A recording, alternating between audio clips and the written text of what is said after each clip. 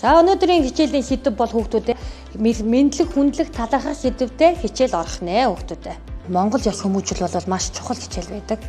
Энэ хичээл дээр маань бол ерөөсөө одоо ялангуяа бага ангийн хүүхдүүд хамгийн түрүүнд ёс хүмүүжил гэхээсээ илүү ерөөсөө дадал хэвшил болгохын тулд мэдлж, хүндлэх, ахмад хүнийг ерөөсөө л ахмад хүнтэй хүндэлж харьцах, нэг нэгнтэйгээ мэдлж сурах. Тийм ээ, хэрэг буруу зүйл хийсэн бол нэг нэгнээс уучлалт гуй сурах. Тусалж дэмжсэн бол баярлалаа.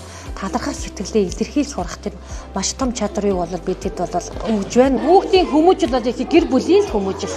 Хүүхдийн одоо нөгөө хүмүүжил гэр бүлтэй хэрхэн ямар харилцаатай байна. Хүүхэд яг анги ангинд орж ирэл яг тэр харилцаагаа л үүсгэж гаргаж яадаг.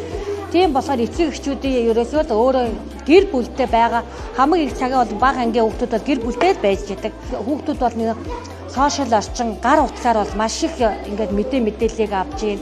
Тэрнээс бол ер нь бол эцэг эхчүүд манай хүүхдүүд бол ерөөсөө л нэг утас нь л нэг юм байна. Гар утас ингэж их үзээд байна. Энэ бол маш их буруу юм уу гэж би хараад байгаа. Ер нь бол хүүхдүүдийг маш гар утаснаас юм жоо хол байлгаад гэр бүлийн амьд харьцаа гэдэг юмыг л үүсгэж байвал хүүхдийн харилцаа хандлагад маш зөв нөлөөтэй шүү гэж хэлмээр.